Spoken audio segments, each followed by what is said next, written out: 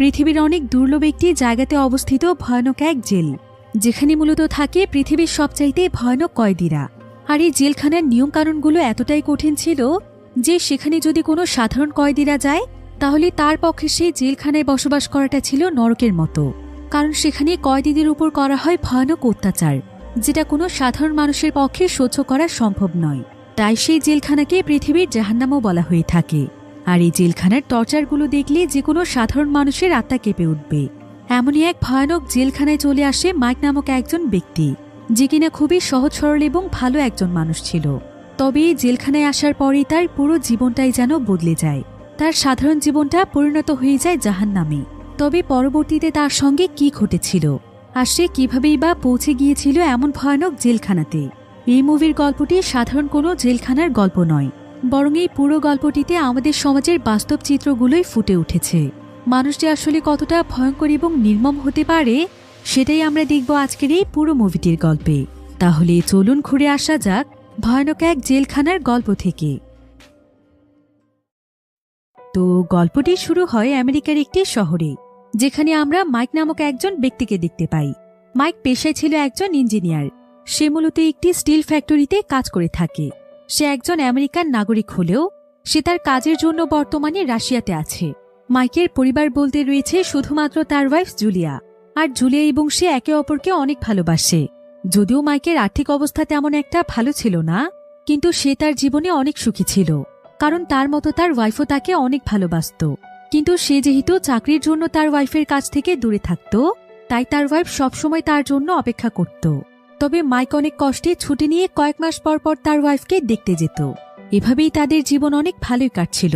এরপর দেখতে দেখতেই তাদের অ্যানিভার্সারির দিন চলে আসে। তাই মাইক সেদিন ছুটি নিয়ে তার বাড়িতে ফিরছিল। আর তার ওয়াইফ তার সঙ্গে ফোনে কথা বলতে বলতে তাকে সারপ্রাইজ দেওয়ার জন্য সমস্ত জিনিসপত্র রেডি করছিল। আর জুলিয়া আজকে অনেক খুশি ছিল, কারণ অনেকদিন ধরে সেই দিনটির অপেক্ষায় রয়েছে। কিন্তু জুলিয়া যখন কাজ করতে করতে মাইকের সঙ্গে কথা বলছিল, ঠিক তখনই হঠাৎ করেই তাদের বাড়ির ইলেকট্রিসিটি অফ হয়ে যায়। জুলিয়া তখন মাইককে লাইনে রেখে বাড়ির সার্কিট চেক করতে যায়। আর কিছুক্ষণের মধ্যেই সে লাইনটিকে ঠিক করে ফেলে। এবার মাইক এখানে জুলিয়াকে বলে যে তাদের অ্যানিভার্সারি উপলক্ষে কাল সে তাকে বিচে ঘুরতে নিয়ে যাবে। এটা শুনে তো জুলিয়া অনেক খুশি হয়ে যায়। মাইক তাকে জানায় যে আর মাত্র 10 মিনিটের মধ্যে সে বাড়িতে পৌঁছবে। কিন্তু ঠিক এমন সময় জুলিয়ার কাছে একজন ব্যক্তি চলে আসে। আর এই ব্যক্তি প্রায় অনেকদিন ধরেই জুলিয়ার উপর নজর রাখছিল। তাই আজকে সে সুযোগ পেয়ে জুলিয়ার উপর ঝাঁপিয়ে পড়ে, কারণ সে জানত যে জুলিয়ার হাজবেন্ড বাড়িতে থাকে না। জুলিয়া এখানে সেই ব্যক্তির হাত থেকে বাঁচার অনেক চেষ্টা করছিল, কিন্তু সেই ব্যক্তি তার উপর টর্চার করতে শুরু করে। জুলিয়া এতে প্রচণ্ড জোরে চিৎকার করছিল, আর জুলিয়ার সমস্ত আওয়াজ ফোনের মাধ্যমে মাইক শুনতে পাচ্ছিল। মাইক এতে একদম অস্থির হয়ে যায়। সে যত দ্রুত সম্ভব গাড়ি চালাতে শুরু করে, কারণ সে বুঝতে পেরেছিল যে তার ওয়াইফ অনেক বড় বিপদে পড়েছে। আর সে একটি চাকু দিয়ে জুলিয়াকে মেরেই ফেলছিল। যদিও জুলিয়া বাঁচার আপ্রাণ চেষ্টা করছিল, কিন্তু কিছুতেই কোনো লাভ হয় না। এদিকে মাইক তাড়াহুড়ো করে কোনো মতে তার বাড়িতে পৌঁছে যায়। তবে ততক্ষণে অনেক দেরি হয়ে গিয়েছিল। বাড়িতে পৌঁছে সে তার ওয়াইফের কোনো আওয়াজই পাচ্ছিল না।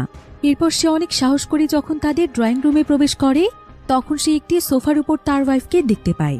আর সে তার ওয়াইফের কাছে গিয়ে বুঝতে পারে যে তার ওয়াইফ মারা গিয়েছে। মাইক তো এটা কিছুতেই বিশ্বাস করতে পারছিল না। এক মুহূর্তের জন্য যেন তার দমটা বন্ধ হয়ে যাচ্ছিল। তো মাইক যখন তার ওয়াইফকে জড়িয়ে ধরে কাঁদছিল, ঠিক তখনই তার পেছনে সেই ব্যক্তিটি চলে আসে।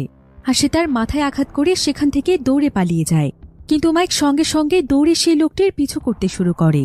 তবে বাহিরে এসে কোথাও সে তাকে দেখতে পাচ্ছিল না। কিন্তু কিছু সময় পরে সে সেই ব্যক্তিকে একটি বাসের মধ্যে দেখতে পায়। তাই সে দৌড়ে গিয়ে কোনো মতে সেই বাসটিকে থামায়। আর সে বাসের ভেতরে ঢুকেই সেই ব্যক্তিকে মারতে শুরু করে। কিন্তু সেই ব্যক্তি এখানে চাকু দিয়ে মাইককেও মেরে ফেলতে চাইছিল। তবে মাইকের সঙ্গে সে পেরে ওঠে না। সে কোনো মতে সেখান থেকে দৌড়ে পালিয়ে যাচ্ছিল। তবে মাইকি তখন উল্টো তার হাতে চাকুটি নিয়ে তাকে ধাওয়া করছিল। আর সেটা আবার সেখানে থাকা কয়েকজন পুলিশ দেখতে পায়। ফলে সেখান থেকেই তাদের দুজনকেই অ্যারেস্ট করে নিয়ে যাওয়া হয়। কিন্তু সে অপরাধী ব্যক্তি আসলে ছিল অনেক ধনী একজন মানুষ। তাই কিছুদিনের মধ্যেই সে জামিন পেয়ে যায়। মাইক আদালতে সেই ব্যক্তির অপরাধের কথা জানানোর পরও কেউ সেই লোকটির বিরুদ্ধে কোনো ব্যবস্থা নেয় না, বরং মাইকের বিরুদ্ধেই ওয়ারেন্ট বেরিয়ে যায়। তার উপর ভয়ানক এক মিথ্যে মামলা দেয়া হয়। বলা হয় যে তার ওয়াইফের মৃত্যুর পেছনে সেও দায়ী। আর এমন সময় আদালতে মাইকের সামনে সেই ব্যক্তি আসে এবং সে মাইককে উপহাস করে বলে যে তার নাম হচ্ছে সার্জিও। আর সে তার ওয়াইফের মৃত্যুর পেছনে দায়ী। আর এমন সময় আদালতে মাইকের সামনে সেই ব্যক্তি আসে এবং সে মাইককে উপহাস করে বলে যে তার নাম হচ্ছে সার্জিও। আর সে তার ওয়াইফের মৃত্যুর পেছনে দায়ী। আর এমন সময় আদালতে মাইকের সামনে সেই ব্যক্তি আসে এবং সে মাইককে উপহাস করে বলে যে তার নাম হচ্ছে সার্জিও। যদি তার কিছু করার থাকে তাহলে সে যেন করে দেখায়, কারণ সমস্ত জজদেরকে সে আগেই কিনে নিয়েছে, তাই সে চাইলেও তার বিরুদ্ধে কিচ্ছু করতে পারবে না। এমনকি সে বলে যে তার ওয়াইফের কাছে গিয়ে তার নাকি অনেক মজা লেগেছে। মাইক এতক্ষণ সবকিছু চুপচাপ সহ্য করছিল, কারণ সে ছিল অনেক সহজ সরল একজন মানুষ। কিন্তু সার্জিওর এমন কথা শুনেই মাইক যেন পাগলের মতো হয়ে যায়। সে তার পাশে দাঁড়িয়ে থাকা একজন পুলিশের কাছ থেকে একটি গান নিয়ে নেয় এবং সকলের সামনে কোর্টের ভেতরেই সার্জিওকে গুলি করে মেরে ফেলে। এরপর সঙ্গে সঙ্গেই মাইক একদম শান্ত হয়ে যায়। তবে সকলের সামনে সে যেহেতু সার্জিওকে হত্যা করেছে, তাই এবার আদালতে তাকে যাবজ্জীবন কারাদণ্ড দেয়া হয় এবং তাকে ইনহেল নামক একটি জেলে পাঠানোর অর্ডার দেয়া হয়। এবার কোর্টের রায় শেষ হলে মাইকের সঙ্গে সঙ্গে একটি কয়েদিদের বাসে উঠিয়ে নেওয়া হয় আর তাকে সোজা নিয়ে যাওয়া হয় ইনহেল নামক সেই কারাগারে, যেটা কিনা লোকালয় থেকে অনেক দূরে অবস্থিত ছিল। আর এটা মূলত ছিল রাশিয়ার অনেক ভয়ানক একটি কারাগার। এই কারাগারটিতে মূলত সেই সমস্ত কয়েদিদেরকে আনা হতো যারা কিনা অনেক ভয়ানক এবং বিপজ্জনক এবং যারা অনেকবার অন্যান্য কারাগার থেকে পালিয়েছিল। কিন্তু এটা ছিল এমন একটি কারাগার যেখান থেকে কখনোই কোনোভাবে কোনো মানুষের পালানো সম্ভব নয়। এমনকি এই জেলের পরিবেশও ছিল একদম নরকের মতো, তাই অনেক মানুষই এই জেলটিকে পৃথিবীর জাহান্নাম বলেই জানত। এখানকার গার্ডরাও কয়েদিদের সঙ্গে একদমই ভালো আচরণ করত না, তো অনেক কয়েদিদের সাথে মাইকেও এখানে নিয়ে আসা হয়। আর কারাগারের প্রথম দিনেই তারা মাইকের সঙ্গে অনেক বাজে আচরণ করে। মাইককে তারা মারধর করে একটি রুমের মধ্যে পাঠিয়ে দেয়, আর সেখানে মাইক এবং সমস্ত নতুন কয়েদিদেরকে তাদের চুল ফেলে দিয়ে তাদের পোশাক চেঞ্জ করে দেওয়া হচ্ছিল। এখানে আবার মাইক তার প্যান্টের ভেতর তার ওয়াইফের একটি ছবি লুকিয়ে রেখেছিল, যেটা ছিল তার কাছে তার ওয়াইফের শেষ স্মৃতি। কিন্তু সেখানকার অফিসার মাইককে সার্চ করে এগুলো খুঁজে পেয়ে যায়, যদিও মাইক এখানে বারবার অনুরোধ করছিল যে তারা যেন অন্তত এই রিংটি তার সঙ্গে রাখতে দেয়, কারণ এই রিংটি তার ওয়াইফের শেষ স্মৃতি। কিন্তু অফিসাররা এখানে তার কাছ থেকে সবকিছু নিয়ে নেয়, এমনকি তাকে সকলের সামনে অনেক মারধরও করে। সেই সাথে অফিসার এখানে মাইকের ওয়াইফের ছবি দেখে খুবই নোংরা ভাষায় কথা বলে। তো এরপর মাইককে কমিউনাল সেল নামক একটি জায়গাতে নিয়ে যাওয়া হয়, যেটা কিনা অনেক অন্ধকার একটি জায়গা ছিল। তাই মাইকের কাছে এই জায়গাটি অনেক ভয়ানক লাগছিল। তো এবার রাতের বেলা যখন সেখানে সমস্ত কয়েদিরা ঘুমিয়েছিল, তখন মাঝরাতে সেখানে বেশ কয়েকজন গার্ড আসে, আর সেখানে বিলি নামক একজন কয়েদি ছিল। গার্ডেরা তখন জোর করে বিলিকে ধরে নিয়ে যায়। বিলি আসলে অন্যান্য কয়েদির চাইতে দেখতে অনেক সুন্দর ছিল, তাই প্রতিদিন রাতে এখানকার প্রভাবশালী কয়েদিদের রুমে জোর করে বিলিকে ঢুকিয়ে দেয়া হয়। আর আজকে তাকে দিয়ে আসা হয় অ্যান্ড্রে নামক একজন ভয়ানক কয়েদির সেলে, যেখানে তাকে প্রচুর পরিমাণে শারীরিক নির্যাতন করা হয়।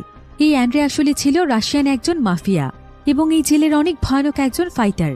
আর তার দলের লোকেরা এসে এখানকার অফিসারকে প্রতিনিয়ত টাকা দিয়ে যায়, তাই অফিসাররা তাকে এসব অন্যায় করতে সাহায্য করে। এবার সকালবেলা যখন কয়েদিদেরকে সেল থেকে বাহিরে নিয়ে আসা হচ্ছিল, তখন মাইক এখানে বিলিকে দেখতে পায়। বিলি একটি জায়গাতে বসে কাঁদছিল, আর তার শরীরের বিভিন্ন জায়গাতে আঘাতের চিহ্ন ছিল। গতকাল রাতে সে আসলে বিলির চিৎকারের আওয়াজ শুনতে পেয়েছিল, কিন্তু সে বুঝতে পারছে না যে আসলে তার সঙ্গে কি হয়েছে। এদিকে কয়েদিদের লাইনের মধ্যে অ্যান্ড্রে নামক সেই কয়েদিটিও ছিল, আর সে এখানে মাইককে দেখে তাকে নিয়ে মজা করছিল, তাকে তার ওয়াইফের হত্যাকারী বলে খ্যাপাচ্ছিল, যেটা শুনে মাইক প্রচণ্ড রেগে যায়। এমন সময় অ্যান্ড্রে তাকে ধাক্কা দিলে মাইকও তখন তার উপর আক্রমণ করে বসে। তারা কয়েদিদের লাইন ভেঙে সেখানে লড়াই শুরু করে, যদিও গার্ডরা তাদেরকে বারবার নিষেধ করছিল, কিন্তু এখানে কেউই কোনো কথা শুনছিল না। আর এমন সময় কয়েকজন গার্ড এসে মাইককে চেপে ধরে, তবে তারা অ্যান্ড্রেকে কিছুই বলে না, বরং এই লড়াইয়ের শাস্তি হিসেবে তারা মাইককে জেলের টর্চার সেলে পাঠিয়ে দেয়, যেটা কিনা ছিল জেলটির অনেক ভয়ানক একটি জায়গা। এমনকি সেখানে যেই টয়লেট ছিল, সেই টয়লেটটিও ওভারফ্লো হয়ে বাহিরে টয়লেটে নোংরা পানি চলে আসছিল, যার ফলে দুর্গন্ধে সেই জায়গাতে মাইকের পক্ষে টেকাই যাচ্ছিল না। এমনকি সেখানে ঘুমানোর মতো উঁচু একটি জায়গা ছিল, যেখানে ঘুমানোটা ছিল অনেক বেশি কষ্টকর। তো এই টর্চার সেলে আসার পর মাইককে শুধুমাত্র একবার খাবার দেয়া হয়। এরপর প্রায় একটানা বেশ কয়েকদিন সময় পার হয়ে গেলেও তাকে আর কোনো খাবার পানি কিছু দেয়া হচ্ছিল না। আর মাইকও এখানে ক্ষুধার যন্ত্রণা সহ্য করতে না পেরে সে নিজেকে শেষ করে দেওয়ার সিদ্ধান্ত নেয়। তাছাড়া তার কাছে এখন বেঁচে থাকার মতো কোনো কারণও ছিল না। সে যাকে নিজের জীবনের চাইতে বেশি ভালোবাসত, সেই তো এখন তাকে ছেড়ে অনেক দূরে চলে গিয়েছে। তাহলে সে বেঁচে থেকেই বা কি করবে? তাই সে তার শার্টটি খুলে সেটার মাধ্যমেই মরার চেষ্টা করছিল, কিন্তু এতেও সে ব্যর্থ হয়ে যায়, কারণ তার শার্টটি অনেক বেশি নর্মাল একটি কাপড়ের ছিল। তাই সে মরার জন্য সেখানকার দেয়ালের সঙ্গে তার মাথায় বারবার আঘাত করছিল, কিন্তু এত কিছুর পরও মৃত্যু যেন তার কাছেই আসছিল না। এসবে ক্লান্ত হয়ে যখন সে সেখানে বসেছিল, ঠিক তখনই সে সেখানে খুব সুন্দর একটি প্রজাপতি দেখতে পায়। আর প্রজাপতিটি দেখে মাইকের কাছে মনে হয় যে এটা হয়তো তার ওয়াইফেরই আত্মা, যে কিনা এখনও তার সঙ্গেই রয়েছে। তাই এখানে মাইকের তার ওয়াইফের সুন্দর কিছু স্মৃতি মনে পড়ছিল, যেখানে তার ওয়াইফ তাকে বলেছিল যে সে তাকে সবসময় সুখী দেখতে চায়, তার মুখে সবসময় হাসি দেখতে চায়, এবং সে চায় যে মাইক অনেক ভালোভাবে পৃথিবীতে বেঁচে থাকুক। তো তার ওয়াইফের কথা মনে পড়তেই মাইক যেন তার মাঝে বেঁচে থাকার অনুপ্রেরণা পায়। সে সিদ্ধান্ত নেয় যে সে আর কোনোদিনও নিজে থেকে মরতে চাইবে না। আজকে সকালে তাকে সেখানে অল্প কিছু খাবার দেওয়া হয়েছিল যাতে সে কোনো মতে বেঁচে থাকে। তবে নিজেকে মেরে ফেলার জন্য মাইক সেই খাবার খায়নি। কিন্তু প্রজাপতিটি যখন সেই খাবারটির উপর গিয়ে বসে, তখন মাইক সেই খাবারটি তার হাতে নিয়ে খেতে শুরু করে। এবার কয়েকদিন পর মাইককে সেই টর্চার সেল থেকে বের করা হয়, আর তাকে আজকে নতুন একটি সেলে পাঠিয়ে দেয়া হয়। তবে সেই সেলটিতে আরও একজন কয়েদি ছিল, যার নাম ছিল ফিউরিয়াস। সে দেখতে অনেক ভয়ানক ছিল, এমনকি সে প্রায় 3টি মার্ডার করে এখানে এসেছে। তাই মাইকের কাছে সেখানে থাকতে বেশ ভয় লাগছিল। ভিডিওর এই পর্যায়ে আপনাদেরকে এমন একটি অ্যাপের সঙ্গে পরিচয় করিয়ে দিতে চাই, যেটা কিনা বিভিন্ন বিনোদনের সবচাইতে বিশ্বস্ত ওয়েবসাইট। এর অফিসিয়াল পার্টনার হচ্ছে সিরিয়া এবং পিএসজি। এখানে জেতার সম্ভাবনা অন্যান্য অ্যাপের তুলনায় অনেক বেশি। চলছে বাংলাদেশ প্রিমিয়ার লিগ, তাই সমস্ত ক্রিকেট প্রেমীদের জন্য আপনার প্রিয় দলকে সমর্থন করার এটি একটি দুর্দান্ত সুযোগ। এই অ্যাপে আপনি সমস্ত লাইভ ম্যাচের ফলাফল এবং লাইভ ম্যাচ দেখতে পারবেন, এমনকি আপনি স্কোর অনুমান করে গেমও খেলতে পারবেন। এখানে রয়েছে ল্যাপটপ, আইফোন, বিএমডাব্লিউ গাড়ি এবং আরও অনেক নগদ পুরস্কার জেতার সুযোগ। এখানে রয়েছে ক্র্যাশ গেম, আপনি যা চান তা বেছে নিতে পারেন। রেজিস্ট্রেশনের সময় আমার প্রোমোকোড ব্যবহার করে আপনার প্রথম ডিপোজিটের উপর 30,000 টাকা এবং বিনামূল্যে স্পিন পেতে পারেন। আপনি সহজ পদ্ধতির মাধ্যমে সহজেই আপনার জেতা টাকা তুলতে পারবেন। তাহলে আর দেরি কিসের? পিন কমেন্টে দেওয়া লিঙ্কের মাধ্যমে রেজিস্ট্রেশন করুন, অথবা গুগলে গিয়ে সার্চ করুন 1xbet লিখে। রেজিস্ট্রেশনের সময় KEYAE এই প্রোমোকোডটি ব্যবহার করুন এবং বোনাস পান। এটা শুধুমাত্র একটি বিজ্ঞাপন। এই সমস্ত অ্যাপে আর্থিক ক্ষতির সম্ভাবনা রয়েছে, তাই এই ধরনের অ্যাপ থেকে দূরে থাকুন। তো মাইককে এখানে একজন অফিসার বলে যে মাইক চাইলে তারা তাকে এই সেলটি পরিবর্তন করে দিতে পারবে, কিন্তু এর বিনিময়ে মাইককে টাকা দিতে হবে। তবে মাইকের কাছে যেহেতু কোনো টাকাই ছিল না, তাই সে এই সেলটিতেই থাকতে চায়। তবে সেলে প্রবেশ করে সে একদম চুপচাপ ছিল। সে আসলে এমন কিছু করতেই চাইছিল না যাতে ফিউরিয়াসের সঙ্গে তার ঝামেলা হয়, বরং সে চুপচাপ সেখানে গিয়ে তার বিছানায় শুয়ে পড়ে। তবে ফিউরিয়াসকে দেখে মাইকের কাছে তেমন একটা খারাপ মনে হয় না, কারণ ফিউরিয়াস একদম চুপচাপ ছিল আর সে নিজের মতোই সেখানে সময় কাটাত। এমনকি সে প্রায় সবসময়ই বই পড়তে ব্যস্ত থাকত। মাইক তার সামনে দিয়ে চলাচল করলেও সেদিকে সে খুব একটা মনোযোগ দিত না। তো এভাবেই এই সেলে মাইকের প্রায় বেশ কয়েকদিন সময় পার হয়ে যায়, কিন্তু এখন পর্যন্ত ফিউরিয়াস তার সঙ্গে একটি কথাও বলেনি। তবে অন্যদিকে আস্তে আস্তে মাইকের সঙ্গে বিলি নামক সেই কয়েদির পরিচয় হয়। সেই বিলির কাছ থেকে সবকিছু জানতে পারে যে বিলির সঙ্গে আসলে কি কি ঘটছে। আসলে এখানকার প্রায় সমস্ত কয়েদি রাশিয়ান ছিল, কিন্তু বিলি এবং সে ছিল আমেরিকান। তো মাইক যখন বিলির সঙ্গে কথা বলছিল, ঠিক তখনই তাদের কাছে হুইল চেয়ারে বসা একজন কয়েদি আসে, যার নাম হচ্ছে হেনরি। সেও ছিল তাদের মতোই আমেরিকান, তাই সে এসে তাদের সঙ্গে অনেক গল্প করে। তবে হেনরি ছিল অনেক পুরনো একজন কয়েদি, তাই এই জেলের আনাচে কানাচে যা কিছু রয়েছে সবকিছু হেনরি জানত। মাইক তখন হেনরি এবং বিলির সঙ্গেই জেলের ব্যাপারেই কথা বলছিল, আর এখানেই তাদের 3 জনের মধ্যে অনেক ভালো বন্ধুত্ব হয়ে যায়। আর হেনরির কাছ থেকে তারা জানতে পারে যে অ্যান্ড্রে নামক যে কয়েদি বিলিকে এভাবে টর্চার করছে, সেই কয়েদি আসলে মূলত এই পুরো জেলটিকেই কিনে নিয়েছে। তার ইশারাতেই এখানকার সবকিছু পরিচালিত হয়। সে রাশিয়ার অনেক কুখ্যাত একজন ধনী মাফিয়া। হেনরি এখানে মাইককে একটি পরামর্শ দেয়।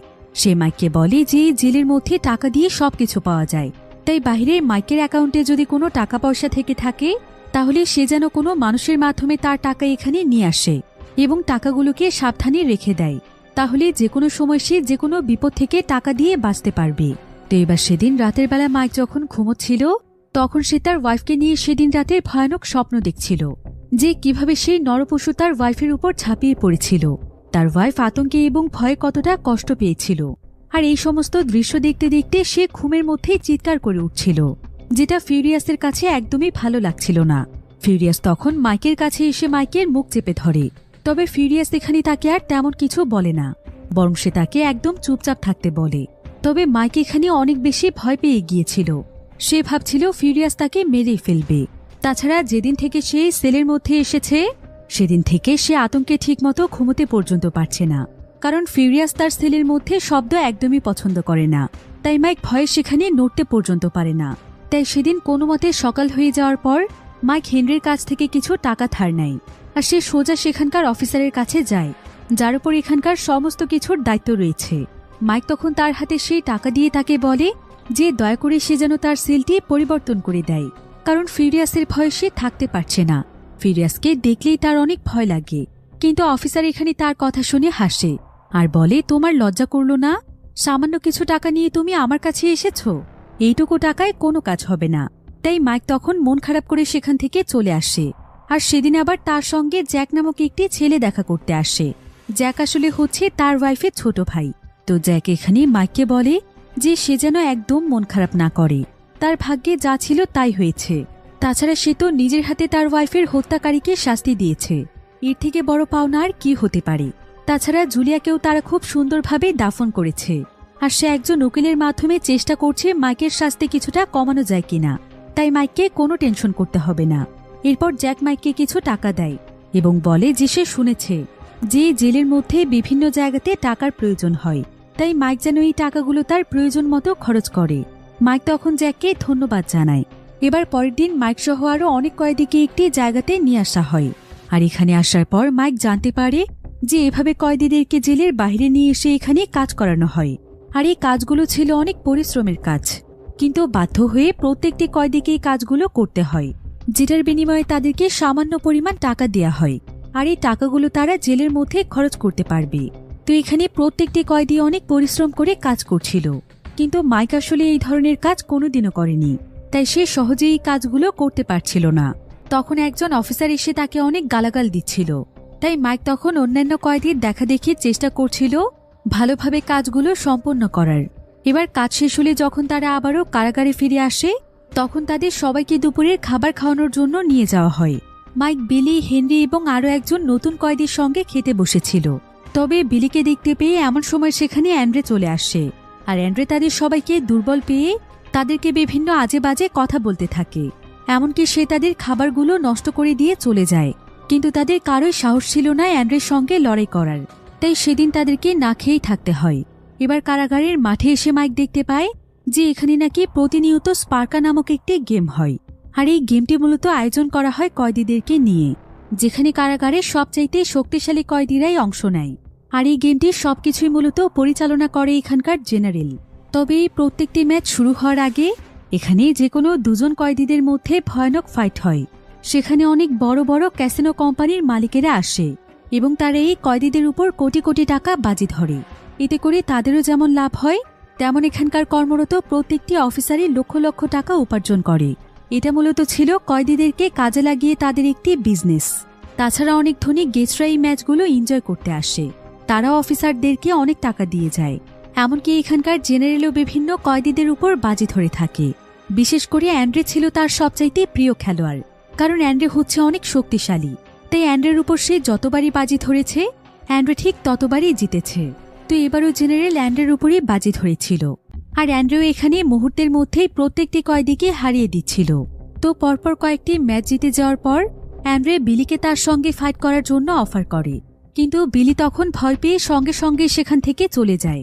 তবে অ্যান্ড্রে যেহেতু প্রতিদিন রাতে বিলির উপর টর্চার করত, তাই বিলি আজকে তার মোকাবেলা করার সিদ্ধান্ত নেয়। সে তার টুথব্রাশটিকে ঘষে ঘষে ধারালো করে ফেলে। এরপর অফিসাররা যখন বিলিকে অ্যান্ড্রের কাছে দিয়ে আসে, বিলি তখন অ্যান্ড্রেকে তার তৈরি অস্ত্র দিয়ে আক্রমণের চেষ্টা করে, কিন্তু অ্যান্ড্রে তার সমস্ত প্ল্যান বুঝে যায়। সেই তখন উল্টো বিলিকে প্রচণ্ড মারধর করে। এবার পরের দিন সকালে দেখা যায় যে মাইক এবং অন্যান্য কয়েদিরা যখন কাজ করছিল, ঠিক তখনই সেখানে অ্যান্ড্রে এসে মাইককে ধাক্কা দেয় আর বলে যে মাইক নাকি তাকে এবং তার টিমকে অসম্মান করেছে।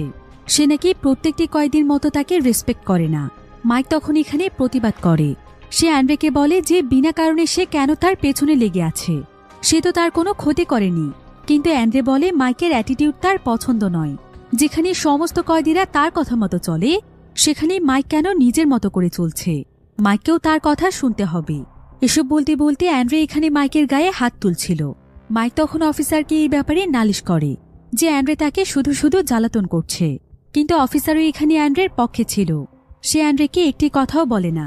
এমনকি বাকি কয়েদিরাও ভয় পেয়ে তাদের নিজ নিজ কাজে চলে যায়। আর এদিকে অ্যান্ডি এবং তার সঙ্গীরা মিলে মাইককে প্রচণ্ড মারধর করে। তাকে মাটিতে ফেলে তারা ইচ্ছে মতো লাথি মারতে থাকে। এখানে কোনো দোষ না করেও মাইককে আবারও সেই টর্চার সেলে যেতে হয়, যেখানে কিছুদিন আগেই তাকে শাস্তি দেওয়া হয়েছিল। তবে মাইকের এখন আর কিছুই করার ছিল না, তাকে এখানেই থাকতে হবে। তবে আজকে এই সেলের দেয়ালের মধ্যে মাইক একটি ক্র্যাক দেখতে পায়, যেটা হয়তো দেয়ালটিতে কোনো আঘাতের ফলে হয়েছে। এমনকি সে একটু পরপরই দেয়ালের অপর প্রান্ত থেকে একটি আওয়াজ শুনতে পায়। সে বুঝতে পারে যে দেয়ালের অপর প্রান্তে হয়তো আরেকটি সেল রয়েছে, যেখানে তার মতোই কোনো কয়েদি আছে। সেই কয়েদি আবার মাইকের রেসপন্স পাওয়ার জন্য হাত দিয়ে ওয়ালের মধ্যে কয়েকবার আঘাত করে, যেটা শুনে মাইকও ওয়ালে আঘাত করলে সেই কয়েদিও তখন রেসপন্স করে। তবে মাইক এখানে সেই কয়েদির সঙ্গে কথা বলার চেষ্টা করছিল, কিন্তু সেই কয়েদি হয়তো তার কোনো কথা শুনতে পায় না। এভাবেই প্রায় 2 সপ্তাহ সময় পার হয়ে যায়। আর এই সময়ের মধ্যে মাইক অনেকবার সেই কয়েদির সঙ্গে কথা বলতে চাইছিল, কিন্তু তাদের ভেতর শুধুমাত্র দেয়ালে আঘাত করেই কথা হতো, মুখ দিয়ে কেউ কিছু বলতো না। মাইকের কাছে মনে হয় দেয়ালটি অনেক মোটা হওয়ার কারণে তারা একে অপরের কোনো আওয়াজ শুনতে পায় না। তবে এভাবে দেয়ালের আঘাতের মাধ্যমেই এতগুলো দিনই তারা যেন দুজন দুজনের বন্ধু হয়ে যায়। এবার পরের দিন মাইকের শাস্তি শেষ হয়, তাকে টর্চার সেল থেকে আবারও বের করে আনা হয়। এরপর মাইক যখন তার সেলে যাচ্ছিল, ঠিক তখনই তার কাছে আবারও অ্যান্ড্রে চলে আসে। অ্যান্ড্রে এখানে আবারও তাকে জ্বালাতন করতে শুরু করে। অ্যান্ড্রে বলে যে মাইক যদি এরপর থেকে তার কোনো কথা অমান্য করেছে আর তাকে কোনোভাবে অসম্মান করেছে, তাহলে সে তাকে সারা জীবনের জন্য টর্চার সেলে পাঠিয়ে দেবে। তবে মাইক এখানে তাকে আর একটি কথাও বলে না, বরং সে তার কথা ইগনোর করে দ্রুত তার সেলে চলে আসে, যেখানে আজকে ফিউরিয়াস ছিল না। তাই এখানে ফিউরিয়াসের যে বইগুলো ছিল, মাইক চুপচাপ সেখানে সময় কাটানোর জন্য ফিউরিয়াসের বইগুলো পড়ছিল। কিন্তু এমন সময় সেখানে ফিউরিয়াস চলে আসে, যেটা দেখে মাইক অনেক বেশি ভয় পেয়ে যায়। আর সে ফিউরিয়াসকে বলে যে তার বই নাকি একটু ধুলো পড়েছিল, সে সেটাই পরিষ্কার করছিল। একথা শুনে ফিউরিয়াস আর তাকে কিছুই বলে না। এবার রাতের বেলা মাইক তার সঙ্গীদের সঙ্গে ডিনার করতে যায়, আর প্রতিবারের মতো আবারও সেখানে অ্যান্ড্রে চলে আসে এবং সে এখানে মাইককে অনেক আজে বাজে কথা বলতে থাকে। তবে মাইক তো সবকিছু চুপচাপ সহ্য করছিল। কিন্তু কিছুক্ষণ পরেই অ্যান্ড্রে বলে, আমি শুনেছি তোমার ওয়াইফকে নাকি ধর্ষণ করা হয়েছে। তবে যাই বলো না কেন, আমি তোমার ওয়াইফের ছবি দেখেছি। শুধু সেই ধর্ষণকারী কেন, তোমার ওয়াইফকে দেখলে কোনো পুরুষেরই মাথা ঠিক থাকার কথা না। তবে এই কথা শুনেই মাইক যেন একদম পাগলের মতো হয়ে যায়। সে তো এমনিতেই তার ওয়াইফের কথা চিন্তা করতে করতে অনেক ডিপ্রেসড হয়ে গিয়েছে, তার উপর আবার নিজের ভালোবাসার মানুষকে এত নোংরা কথা বলায় সে অ্যান্ড্রের মতো শক্তিশালী মানুষকেও ইচ্ছে মতো মারতে থাকে। কেউ তাকে থামিয়ে রাখতে পারে না। সে অ্যান্ড্রের অবস্থা একদম খারাপ করে দেয়, যার ফলে মাইককে আবারও সেই টর্চার সেলে পাঠিয়ে দেয়া হয়। এবার বেশ কিছুদিন পর দেখা যায় যে হঠাৎ করে জেলের বাইরের একটি জায়গাতে অনেক ভয়াবহ একটি মাইন বিস্ফোরণ হয়, যার ফলে সেখানকার মাটির মধ্যে বিশাল বড় একটি গর্ত তৈরি হয়ে যায়। আর এই সুযোগকেই কাজে লাগায় বিলি। বিলি তখন আস্তে আস্তে জেলের ভেতর থেকে গর্তটিকে বড় করে একদিন সেই গর্তের মাধ্যমে জেল থেকে পালিয়ে যাওয়ার চেষ্টা করছিল। তার সঙ্গে ছিল আরও একজন কয়েদি। তো তারা দৌড়ে পালানোর সময় একজন অফিসার তাদেরকে দেখে ফেলে, আর সে সঙ্গে সঙ্গে সেই লোকটিকে গুলি করে মেরে ফেলে। তবে বিলি কোনোভাবে বেঁচে গেলেও সেই অফিসার তাকে ধরে আবারও জেলখানাতে নিয়ে আসে। আর জেনারেল এখানে তাকে শাস্তি হিসেবে সেদিন রাতে প্রত্যেকটি হিংস্র কয়েদিদের রুমে দিয়ে আসে এবং প্রত্যেকের কাছ থেকে টাকা নেয়। অন্যদিকে আমরা মাইককে দেখতে পাই। মাইক এখন অনেক বেশি স্ট্রং হয়ে গিয়েছে। সে আসলে ভালোভাবেই বুঝতে পেরেছে যে এভাবে দুর্বল হয়ে থাকলে সেই জেলে টিকতে পারবে না, কারণ এখানে শুধুমাত্র শক্তিশালী কয়েদিদের রাজত্ব চলে। তাই সেবার মনে মনে প্রতিজ্ঞা করেছে যে সেই এখন হবে জেলের সবচাইতে ভয়ানক কয়েদি, যার ভয়ে সবাই কাবু হয়ে থাকবে। এ কারণে টর্চার সেলেই মাইক নিজেকে স্ট্রং বানানোর ট্রেনিং শুরু করে দেয়। সে প্রতিনিয়ত বিভিন্ন ধরনের কঠিন কঠিন ব্যায়াম করে তার শরীরের প্রত্যেকটি মাসলকে অনেক স্ট্রং বানাতে থাকে। টর্চার সেলের বিভিন্ন ছোটখাটো জিনিসকে কাজে লাগিয়ে সে খুব ভালোভাবেই নিজেকে শক্তিশালী বানানোর ট্রেনিং করতে পারছিল। এভাবেই প্রায় বেশ কিছুদিন সময় পার হয়ে যায়। এরপর মাইককে যখন টর্চার সেল থেকে বের করে আনা হয়, মাইক তখনও তার ট্রেনিং চালিয়ে যাচ্ছিল। বিভিন্ন ভারী ভারী জিনিস দিয়ে সে ট্রেনিং করত। এমনকি ফিউরিয়াস যখন ঘুমিয়ে থাকত, তখনও মাইক তাদের বিছানাকে কাজে লাগিয়ে কোনো শব্দ না করে ট্রেনিং করত। এভাবেই দিনের পর দিন সে অনেক শক্তিশালী হয়ে যাচ্ছিল। তবে তার এই ট্রেনিংয়ের ব্যাপারে কেউ জানত না। এমনকি মাইককে যখন কয়েদিদের সঙ্গে মাঠে কাজ করতে নিয়ে যাওয়া হতো, মাইক তখন ইচ্ছে করেই সবচাইতে কঠিন কাজটি করতে চাইত। এভাবে করে সে আরও স্ট্রং হয়ে যায়। আস্তে আস্তে সে অনেক ভারী ভারী জিনিসও তুলতে পারে। যদিও বেশ কয়েকদিন ফিউরিয়াস মাইকের এই বিষয়টি লক্ষ্য করে, কিন্তু সে এতে খুশি ছিল। সে তার কোনো ব্যাপারে কিছুই বলে না। এবার বেশ কয়েকদিন পর স্পার্কা ফাইটিংয়ে আবারও ফাইটের আয়োজন করা হয়, যেখানে প্রতিবারের মতো অ্যান্ড্রে ছিল প্রধান ফাইটার। আর এবার অ্যান্ড্রের বিপরীতে ফাইট করবে মাইক। তাই অ্যান্ড্রে তো ফাইটের আগেই তাকে নিয়ে অনেক মজা করছিল, কিন্তু মাইক এই ফাইট নিয়েছিল খুবই সিরিয়াস, কারণ এতগুলো দিন সে এই দিনটির জন্যই ট্রেনিং করেছে। এবার কিছুক্ষণের মধ্যেই ফাইট শুরু হলে দেখা যায় যে মাইক যেহেতু এই ধরনের ম্যাচের আগে কোনোদিনও খেলেনি, তাই তার শরীরে শক্তি থাকা সত্ত্বেও সে অ্যান্ড্রেকে নিয়ন্ত্রণ করতে পারছিল না। হাজার চেষ্টা করেও সে অ্যান্ড্রেকে একটি আঘাতও করতে পারছিল না। অ্যান্ড্রে তো এখানে তাকে মারতে মারতে তার অবস্থা খারাপ করে দেয়, এমনকি তার চোখের মধ্যেও সে এতটা জোরে আঘাত করে যে মাইক সবকিছু একদম ঝাপসা দেখছিল। তবে এখানেই মাইকের তার ওয়াইফের কথা মনে পড়ে যায়, যে কিভাবে সেই নরপশু তার ওয়াইফের উপর টর্চার করেছিল, আর অ্যান্ড্রে তার ওয়াইফকে কতটা বাজে কথা বলেছে। এসব মনে পড়তেই মাইক তার মাঝে আবারও সাহস ফিরে পায়। সে অ্যান্ড্রের পা ধরে তাকে এমন জোরে আছাড় দেয় যে অ্যান্ড্রে তার নিয়ন্ত্রণ হারিয়ে ফেলে, আর মাইক তাকে অনবরত মারতে থাকে। সকলে তো এতে একদম অবাক হয়ে যায়, এমনকি অফিসাররাও এটা বিশ্বাস করতে পারছিল না যে অ্যান্ড্রে এত বাজেভাবে মার খাচ্ছে। মাইক অ্যান্ড্রেকে সকলের সামনে মারতে মারতে রক্তাক্ত করে ফেলে। এই প্রথমবার কোনো কয়েদি অ্যান্ড্রেকে হারাতে পেরেছে। তবে মাইক তো অ্যান্ড্রেকে মেরেই ফেলতে চাইছিল, আর এখানে মাইকের এমন ভয়াবহ রূপ দেখে প্রত্যেকটি কয়েদি অনেক ভয় পেয়ে যায়। এখানে যে অফিসাররা বাজি ধরতে এসেছিল তারা অনেক টাকার বাজি হেরে যায়। জেনারেলেরও অ্যান্ড্রের জন্য অনেক লস হয়ে যায়। আর এই ঘটনার পর অ্যান্ড্রে তার সমস্ত পপুলারিটি হারিয়ে ফেলে। সে এরপর আরও বেশ কয়েকটি ম্যাচেও মাইককে হারাতে পারে না। ফলে আস্তে আস্তে অফিসাররাও মাইকের পক্ষে চলে আসে, আর জেনারেল এখন মাইকের উপরই বাজি ধরে। ফলে তার অনেক টাকা লাভ হচ্ছিল। তাই সে কিছুদিন পরপরই বিভিন্ন ম্যাচের আয়োজন করছিল, যেখানকার প্রধান ফাইটার হচ্ছে মাইক। আর মাইকও দিনের পর দিন নিজেকে আরও বেশি যোগ্য প্রমাণ করার জন্য জেনারেলের কথা মতো বিভিন্ন কয়েদিদের সঙ্গে ফাইট করত। সে অনেক হিংস্রভাবে তাদেরকে মারত। তবে এসব কিছুর পেছনে সবচাইতে লাভ হতো জেনারেলের, কারণ জেনারেল মাইককে যেন তার হাতের পুতুল বানিয়ে ফেলেছিল। সে মাইককে ব্যবহার করে প্রচুর পরিমাণে টাকা উপার্জন করত। আর মাইকও আস্তে আস্তে অনেক বেশি বদলে গিয়েছিল। তার ভেতরে আগের মতো সেই সরলতা ছিল না। তবে মাইকের এই বিষয়টি বিলির কাছে একদমই ভালো লাগে না, কারণ সে মাইককে তার সরলতার জন্যই অনেক পছন্দ করত। এমনকি ফিরিয়াসের কাছেও বিষয়গুলো ভালো লাগছিল না। তারা দুজন আসলে খুব ভালোভাবেই বুঝতে পেরেছিল যে জেনারেল শুধুমাত্র মাইককে তার লাভের জন্য ব্যবহার করছে। তাই প্রত্যেকটি ম্যাচে আসলে মাইক জিতছে না, বরং বাজি ধরে জিতে যাচ্ছে জেনারেল। এবার আজকের ম্যাচ শেষ করে মাইক যখন তার রুমে আসে তখন সে তার চুল দাড়ি সবকিছু কেটে ফেলছিল। তবে এমন সময় সেখানে ফিরিয়াস চলে আসে। ফিরিয়াস দেখতে পায় যে মাইক একদম তার চেহারাই বদলে ফেলেছে, তাকে পুরোপুরি একজন মাফিয়া গ্যাংস্টারের মতোই দেখাচ্ছে। তাই ফিরিয়াস প্রথমবারের মতো মাইকের সঙ্গে কথা বলে। সেখানে মাইককে বলে, জানো মাইক, তোমার সরলতাকে আমি অনেক পছন্দ করতাম। তুমি এখন নিজেকে যেটা দেখানোর চেষ্টা করছো তুমি আসলে সেটা নও। দয়া করে নিজের পাওয়ারের জন্য নিজের সত্যিকারের তুমিকে হারিয়ে ফেলো না। আর এই কারাগারে শক্তিশালী হওয়াটা ঠিক আছে, কিন্তু অফিসারদের হাতের পুতুল হয়ে যেও না। তাদেরকে তোমার উপর বাজি ধরে জিততে দিও না, ওরা তোমাকে ব্যবহার করছে। তবে মাইক এখানে শুধু চুপচাপ তার কথাগুলো শোনে, সে আর একটি কথাও বলে না। এবার কিছুদিন পর রাশিয়ার ইন্ডিপেন্ডেন্স ডে ছিল, আর এটা যেহেতু একটি রাশিয়ান কারাগার ছিল তাই কারাগারের সবাই এই দিনটিকে পালন করতে অনেক ব্যস্ত হয়ে পড়েছিল।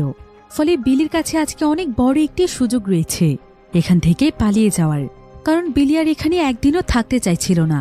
এখানে তার প্রত্যেকটি মুহূর্তই যেন নরকের মতো কাটছিল। প্রতিদিন রাতে টর্চার সে সহ্য করতে পারছে না, আর তাকে আজকে পালাতে সাহায্য করবে হেনরি। আসলে হেনরি যেহেতু এই কারাগারের সবকিছু জানত, তাই এই কারাগারের চাবি কোথায় থাকে সেটাও তার জানা আছে।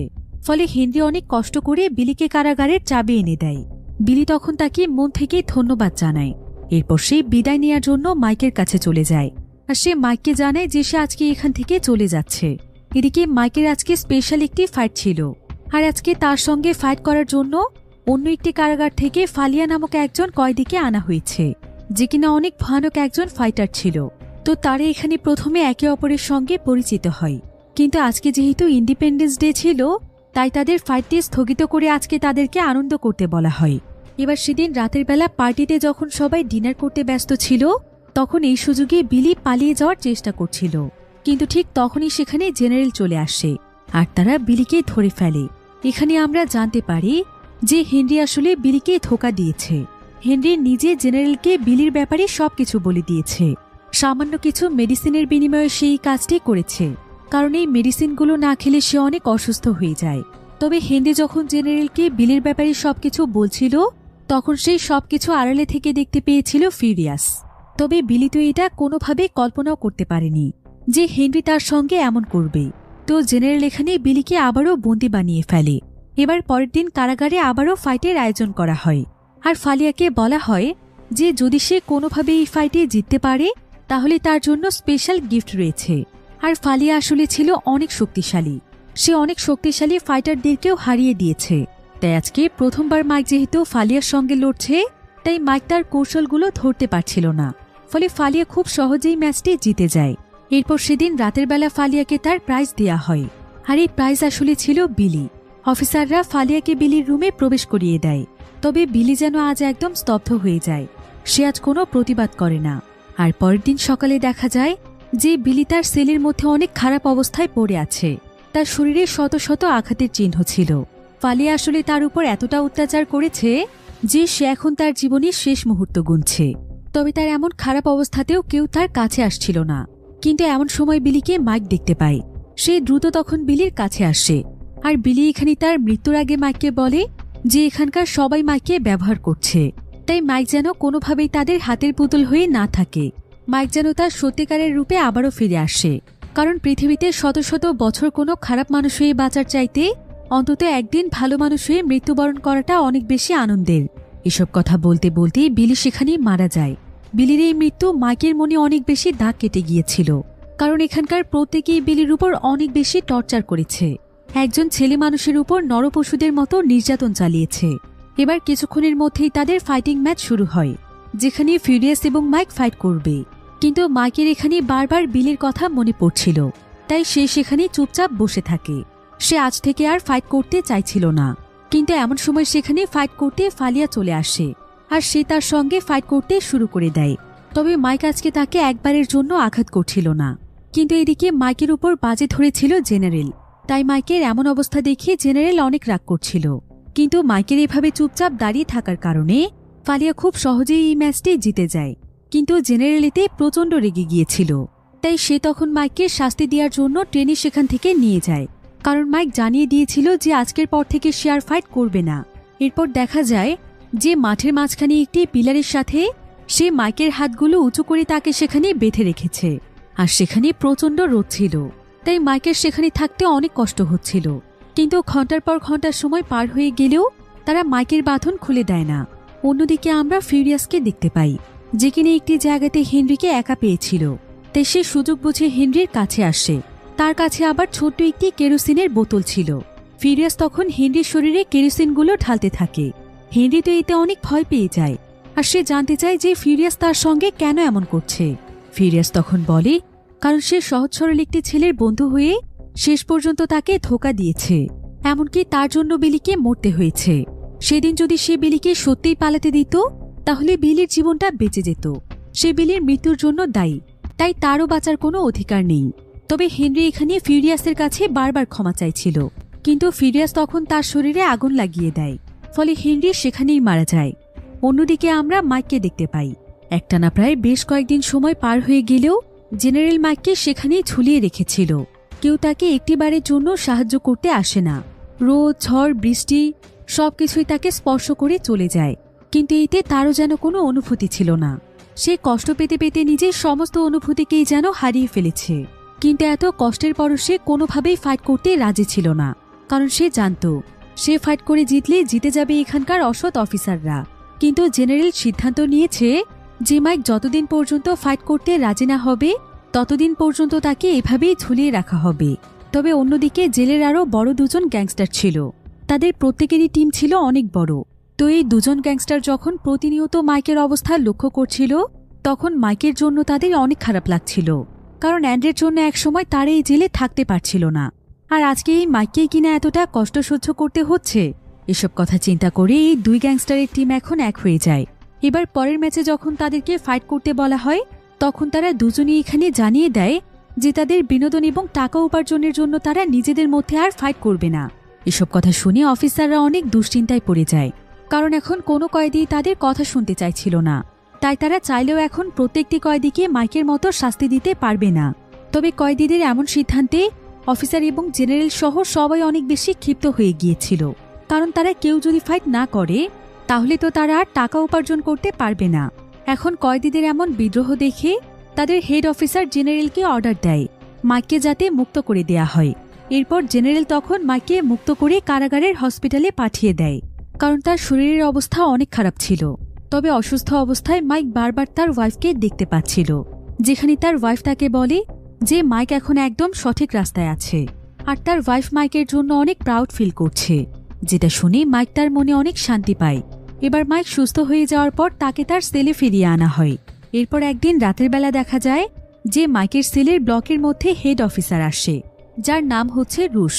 রুশ আসলে মাইকের উপর অনেক ক্ষিপ্ত হয়েছিল, কারণ মাইকের জন্য সমস্ত কয়েদিরা এখন তাদের বিরুদ্ধে চলে গিয়েছে।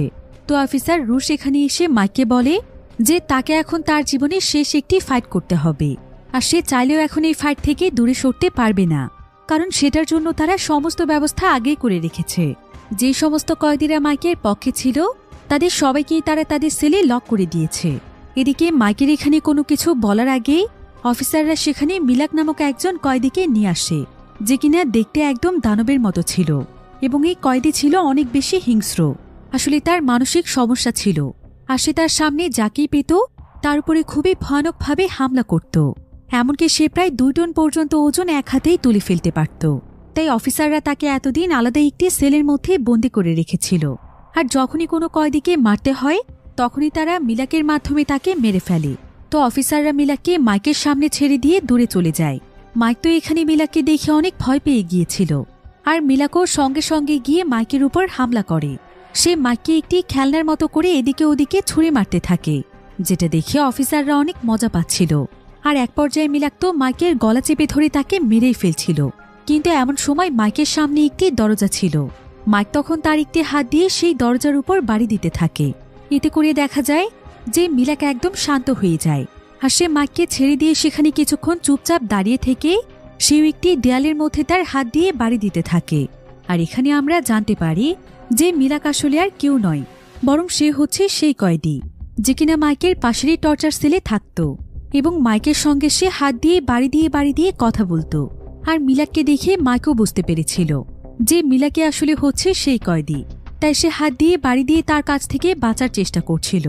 এদিকে মিলাকও যখন এখানে মাইককে চিনতে পারে তখন সে মাইকের কাছে এসে মাইকের চেহারায় হাত বুলিয়ে দেয়। সে ইশারায় তার কাছে ক্ষমা চাইতে থাকে, কারণ মিলাক আসলে মাইককে নিজের বন্ধু মনে করে, কারণ এই জেলের মধ্যে মাইকে হচ্ছে একমাত্র ব্যক্তি যে কিনা মিলাকের সঙ্গে কথা বলার চেষ্টা করেছিল। এদিকে মিলাকের এমন কাণ্ড দেখে অফিসার রুশ এবং তার সঙ্গীরা তো একদম অবাক হয়ে যায়, আর জেনারেল এখানে মাইকের উপর রেগে গিয়ে তাকে মেরে ফেলার জন্য তার দিকে বন্দুক তাক করে। মাইক তখন এখানে চিৎকার করে বলে যে তারা যদি তাকে এখানে মেরেও ফেলে তাও সে আর তাদের জন্য লড়বে না, তাদের স্বার্থের জন্য সে কোনো মানুষকে আঘাত করতে পারবে না। এদিকে মিলাক যখন তার বন্ধুর বিপদ বুঝতে পারে তখন মিলাক দৌড়ে এসে অনবরত অফিসারদের উপর হামলা শুরু করে। সে এক এক করে প্রত্যেকটি অফিসারকে উপরে তুলে আছাড় মারতে থাকে। মিলাক এবং মাইকের সমস্ত ঘটনা দেখে কয়েদিরাও অনেক বেশি উৎসাহিত হয়ে যায়। তারাও এবার অফিসারদের বিরুদ্ধে রুখে দাঁড়ায়, আর তারা সবাই মিলে তাদের প্রত্যেকেরই সেলের দরজা ভেঙে ফেলে এবং বাইরে বেরিয়ে এসে অফিসারদের সঙ্গে লড়াই করতে শুরু করে। এভাবেই সেখানে অনেক বড় একটি ঝামেলা শুরু হয়ে যায়। এর মাঝেই দূর থেকে একজন অফিসারের গুলিতে মিলাক সেখানে মারা যায়। মাইকে তো অনেক বেশি কষ্ট পেয়েছিল, মিলাকের জন্য তার অনেক খারাপ লাগছিল। এরপর সে এখানে মিলাককে মন থেকে অনেক শ্রদ্ধা জানিয়ে একটি কাপড় দিয়ে সুন্দর করে তার চেহারা ঢেকে দেয়। এদিকে সমস্ত কয়েদিরা যখন অফিসারদের সঙ্গে লড়াই করতে ব্যস্ত ছিল তখন মাইক সোজা চলে যায় ফিউরিয়াসের সঙ্গে কথা বলতে।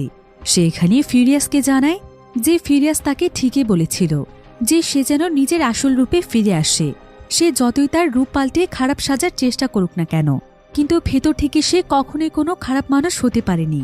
আর বিলি তাকে একটা কথা বলেছিল যেটা তার সারা জীবন মনে থাকবে, সেটা হলো খারাপ মানুষ হয়ে 1000 বছর বাঁচার চাইতে ভালো মানুষ হয়ে অন্তত একদিন বাঁচাটাও আনন্দের বিষয়। এরপর মাইক ফিউরিয়াসকে তার জীবনের সমস্ত ঘটনা বলে যে কিভাবে সে জেল পর্যন্ত এসেছে, আর তার এবং তার ওয়াইফের সঙ্গে কতটা নির্মম ঘটনা ঘটেছিল। এরপর এই জেলে এসে হাজারো অত্যাচার সহ্য করার পরে সে নিজেকে পাল্টে ফেলতে বাধ্য হয়েছে মাইকের কথা শুনে ফিউরিয়াস অনেক ইমোশনাল হয়ে যায়। ফিউরিয়াস বলে যে তাকে দেখে অনেক খারাপ একজন মানুষ মনে হলেও প্রকৃত অর্থে সে অনেক নরম মনের একজন মানুষ, আর সেও কখনো অন্যায় সহ্য করতে পারে না। এরপর ফিউরিয়াস মাইককে আরও বলে যে সে চায় মাইক যেন আগের মতোই তার স্বাভাবিক জীবনে ফিরে যায়, আগের মতোই সহজ সরল একজন মানুষ হয়ে জীবনযাপন করে। তাই মাইক চাইলে সে তাকে এখান থেকে পালাতে সাহায্য করতে পারে। এরপর ফিউরিয়াস মাইককে তার সঙ্গে করে তার সেলে নিয়ে যায়, আর সে মাইককে কিছু জরুরি কাগজপত্র দিয়ে বলে যে এখানে সেই সমস্ত অফিসারদের বিরুদ্ধে সমস্ত প্রমাণ রয়েছে যারা এই কারাগারের মধ্যে দুর্নীতি করছে, এমনকি এই কারাগারের মধ্যে কয়েদিদের সঙ্গে কি কি অন্যায় করা হয় সেই সমস্ত বিষয়ের প্রমাণ সে এখানে জমা করে রেখেছে। এমনকি এখানে যে ফাইটিংয়ের মাধ্যমে বাজি ধরা হয় সেই ব্যাপারেও সকল তথ্য আছে। তাই মাইক যেন তার সঙ্গে করে এগুলো নিয়ে যায় এবং পরবর্তীতে সে যেন কোর্টে গিয়ে এগুলো জমা দিয়ে দেয়। সেই সাথে ইউএস গভর্নমেন্ট এবং মিডিয়ার সামনে গিয়ে যেন সে সবকিছু বলে দেয়। অন্যদিকে কারাগারের এমন ভয়াবহ পরিস্থিতি দেখে অফিসাররা খবর দিয়ে আরও অনেক পুলিশকে তাদের কারাগারে নিয়ে আসে। এরপর সবাই মিলে আবারও একসঙ্গে কয়েদিদেরকে বন্দী বানাতে থাকে। ফলে মাইকের কাছেও পালানোর মতো আর কোনো সুযোগ থাকে না। কিন্তু ফিউরিয়াস একটি প্ল্যান তৈরি করে ফেলেছিল। ফিউরিয়াস এখানে মাইককে বলে যে মাইককে অফিসারদের কাছে গিয়ে শেষবারের মতো ফাইট করতে রাজি হতে হবে, যাতে করে যখন ফাইট শুরু হবে তখন সমস্ত অফিসারদের মনোযোগ ফাইটের দিকেই থাকে, আর এদিকে সে সবকিছু ম্যানেজ করে ফেলবে। তো প্ল্যান মোতাবেক মাইকও ফাইট করতে রাজি হয়ে যায়। তাই পরের দিনই ফালিয়ার সঙ্গে তার ফাইট শুরু হয়। প্রতিবারের মতো মাইক অনেক ভালো ফাইট করছিল, আর আজকের আঘাতে ফালিয়ার কাঁধের হাড় ভেঙে যায়। তাই ফালিয়া মাইকের উপর প্রচণ্ড রেগে যায়। ফলে সে তার জুতোর মধ্য থেকে লুকোনো একটি চাকু বের করে মাইকে সেটা মারতে গেলে চাকুটি একটি রাশিয়ান গ্যাংস্টারের শরীরে গিয়ে লাগে। ফলে জেলের মধ্যে আবারও লড়াই শুরু হয়ে যায়। ফলে তারা আজকে মাইককে মেরে ফেলার সিদ্ধান্ত নেয়। তাই জেনারেল তখন মাইককে নিয়ে কারাগারের একটি গ্যারেজে চলে যায়, যেখানে কখনো কোনো মানুষ প্রবেশ করতে পারে না। তবে ফিউরিয়াস আগে থেকে সেই গ্যারেজে যাওয়ার রাস্তা জানত। তাই মাইককে নিয়ে যাওয়ার সঙ্গে সঙ্গে ফিউরিয়াস একটি গোপন রাস্তা দিয়ে সেই গ্যারেজের ভেতরে চলে যায়, আর সে পেছন থেকে জেনারেল এবং তার সঙ্গীর উপর হামলা করে। সে তাদের মাথায় আঘাত করায় তারা সেখানে অজ্ঞান হয়ে যায়। এরপর ফিউরিয়াস মাইককে একজন অফিসারের পোশাক পরিয়ে ছদ্মবেশ নিতে বলে। মাইক তখন সেটাই করে, আর সে জেনারেলের হাত থেকে তার ওয়েডিং রিংটিও নিয়ে নেয়, যেটা জেনারেল প্রথম দিনই তার কাছ থেকে ছিনিয়ে নিয়েছিল। এবার মাইক এখান থেকে পালিয়ে যাওয়ার আগে সে ফিউরিয়াসকেও তার সঙ্গে যেতে বলে, কিন্তু ফিউরিয়াস তখন তাকে জানায় যে সে চাইলেও এখন তার সঙ্গে যেতে পারবে না, কারণ এই জেলের মধ্যে তার আরও গুরুত্বপূর্ণ একটি কাজ আছে। সেটা শেষ করে সে এখান থেকে পালিয়ে যাবে। এরপর ফিউরিয়াসের প্ল্যান মোতাবেক মাইক জেনারেলের ছদ্মবেশে সোজা গিয়ে জেনারেলের গাড়িতে বসে পড়ে, আর খুব সহজেই সে জেল থেকে বেরিয়ে আসে। অন্যদিকে ফিউরিয়াস সোজা চলে যায় হেড অফিসারের রুমে, অর্থাৎ রুশ নামক সেই অফিসারের কাছে। সে সেখানে গিয়ে রুশের জিপ টেনে ছিঁড়ে ফেলে, আর সে তাকে সেখানে মেরে ফেলে, কারণ তার জন্যই তার পুরো পরিবারের সবাই মারা গিয়েছে। তার জীবনটাই রুশই নষ্ট করেছিল। আর রুশের মৃত্যুর খবর পেয়ে সেখানে অন্যান্য পুলিশেরা আসলে ফিউরিয়াস নিজেই এখানে আত্মসমর্পণ করে, কারণ তার প্রতিশোধ পূরণ হয়েছে। অন্যদিকে আমরা মাইককে দেখতে পাই। মাইক ইউএস গভর্নমেন্ট অফিসের একদম সামনে চলে এসেছিল। সে তার স্বাধীন জীবনে ফিরতে পেরে অনেক খুশি ছিল। মাইক সেদিনই সেই জেলের বিরুদ্ধে সমস্ত প্রমাণ কোর্টে গিয়ে জমা দেয়, আর মিডিয়ার সামনেও জেলটি সম্পর্কে সবকিছু এক্সপোজ করে দেয়। এভাবেই প্রায় 3 মাস সময় পার হয়ে যায়।